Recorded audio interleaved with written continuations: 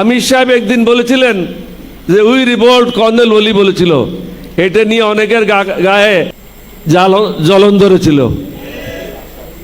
উনি কেন বলেছেন? জিয়াউর রহমান নিজে লিখেছেন ACR annual confidential report, this officer played the main role which enabled 8 Bengal, East Bengal regiment to revolt on the crucial night of 25th-26 March. এই অফিসারই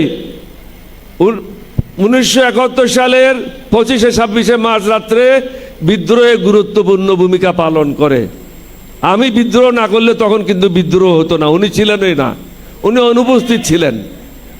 উনি চট্টগ্রাম বন্দরের দিকে যাচ্ছিলেন, ওনাকে যদি ফিরে না আনতাম কয়েক মিনিট পর উনাকে মেরে কর্ণফুলিতে ফেলাই দিত।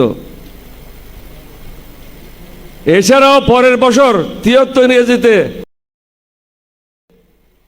তৎকালীন মেজর শওকত, ব্রিগেডিয়ার শওকত হিসেবে চট্টগ্রাম ব্রিগেডের কমান্ডার ছিল। উনি আমাদের তৃতীয় সিনিয়র লোক ছিল যুদ্ধের সময়। উনি কি লিখেছেন? This officer on his own initiative asked Ziaur Rahman two declare independence of Bangladesh. এই অফিসার জিয়াউর রহমানকে বলছে স্বাধীনতা ঘোষণা করার জন্য। তো তোমাদের গাত্রদাহ কেন হচ্ছে? এই ডকুমেন্টগুলি তো আর্মি হেডকোয়ার্টার আছে। একদম যদি ইংরেজি লেখাপড়া করতে না জানো, ঢাকা ইউনিভার্সিটির ইংলিশ প্রফেসরকে নিয়ে যাও এগুলি পড়ার জন্য। অসুবিধাটা কোথায়? আর যদি ওখানে অসুবিধা হয়, আমার ঘরে আসো, অরিজিনাল এসিআর তো আমি রেখে দিছি।